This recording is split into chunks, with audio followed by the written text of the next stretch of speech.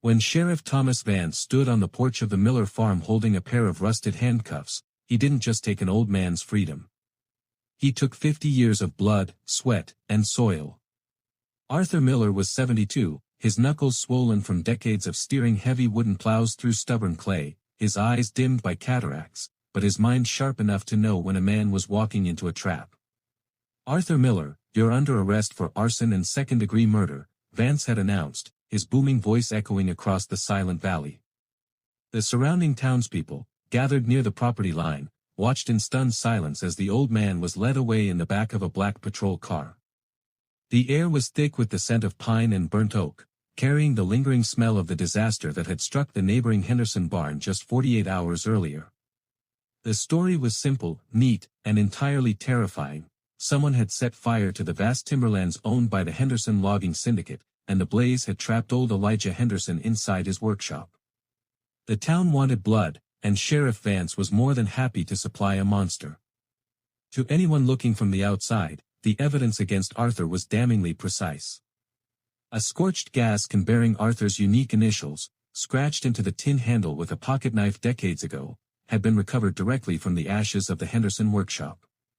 A trail of boot prints matching Arthur's heavy, steel-toed work boots led from the fire's epicenter straight through the high grass bordering Arthur's north pasture. And then there was the motive everyone in Blackwood Creek knew about. Elijah Henderson's company had spent 3 years trying to buy Arthur's lower 40 acres, the precise strip of fertile land that sat squarely between the highway and the rich timberlines. Arthur had repeatedly refused, swearing he would die on that dirt before letting Henderson's skidders tear through his oak groves. Yet, something didn't add up. Arthur's daughter, Clara, knew her father couldn't have walked that 3-mile stretch to the Henderson place if his life depended on it. Severe arthritis in his left hip had kept him confined to a cane for the last 2 years. When she visited him behind the thick glass of the county jail, his eyes were clear, though his spirit was bruised. "Clara," he whispered, pressing his calloused hand against the glass, "I didn't burn that place. I was in the cellar all night curing salt pork." But Vance isn't looking for the truth. He's looking for the deed. Clara knew Vance's family had deep ties to the County Land Development Board. If Arthur were convicted of a felony involving arson and murder, the county would freeze his assets, forcing a court sale of the farm to cover restitution. The timber developers would buy it for pennies on the dollar, and Vance would secure his retirement cut. The mystery wasn't just who lit the match, it was how Vance had managed to construct a trap so airtight that not even a lawyer could break it. Driven by desperation, Clara returned to her father's farmhouse late that night. The property had been sealed with yellow crime scene tape, but she slipped through the back kitchen door, the floorboards groaning under her steps. The police had raided the home hours after Arthur's arrest, turning over mattress cushions, dumping drawers, and leaving a trail of discarded paper across the living room rug. They were searching for anything to seal Arthur's fate, bank statements, land surveys, or threat letters. Clara moved to Arthur's small, dimly lit study in the back of the house. In the corner sat an old, heavy iron safe that had belonged to her grandfather. The dial was cold under her fingers as she turned it to the combination she had memorized as a child. Inside lay yellowed photographs, tax receipts, and her mother's handwritten recipe books. But behind a double-bottomed oak drawer in the base of the safe lay a thick, ribbon-bound ledger wrapped in cracked oilskin, a document forgotten by everyone except Arthur. Clara unrolled the parchment under the glow of her flashlight. It wasn't a standard land title or a bank deed. It was a handwritten, court-stamped boundary agreement from 1894, recorded before the town of Blackwood Creek even had an official registry. As Clara read through the faded ink, her heart began to hammer against her ribs.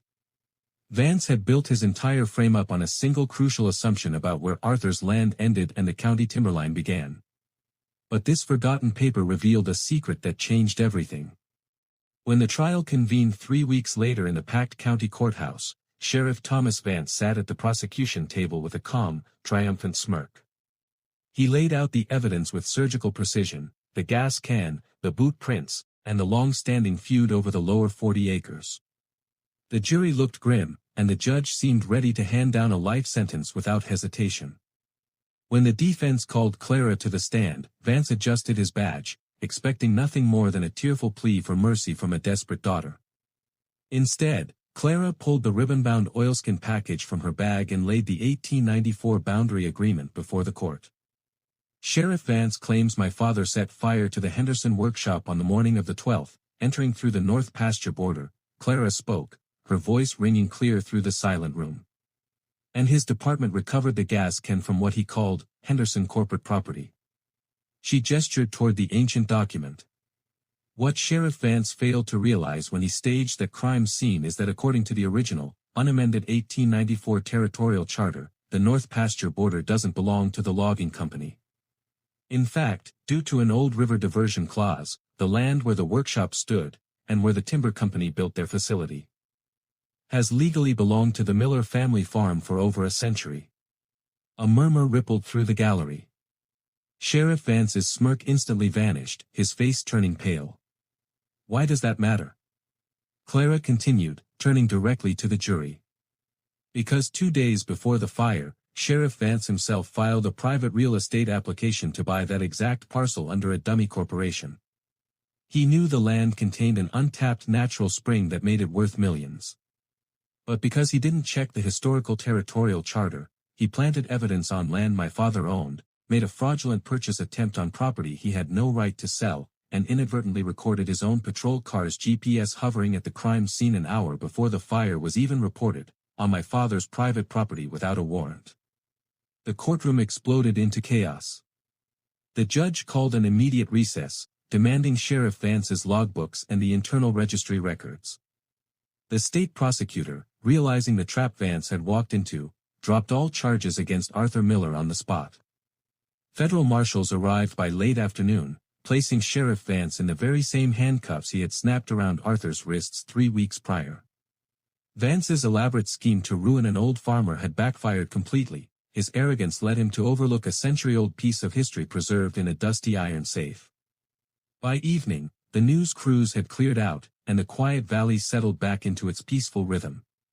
Arthur and Clara stood together on the front porch of the farmhouse as the sun began to dip behind the Blue Ridge Mountains, casting long, golden shadows across the quiet pastures. Arthur slowly ran his worn, calloused fingers over the thick, yellowed parchment of the 1894 charter, a quiet tear cutting through the dust on his weathered cheek as he looked out over his land and softly said, "They thought they were buying dirt, Clara. But they forgot that this soil remembers who bled for it."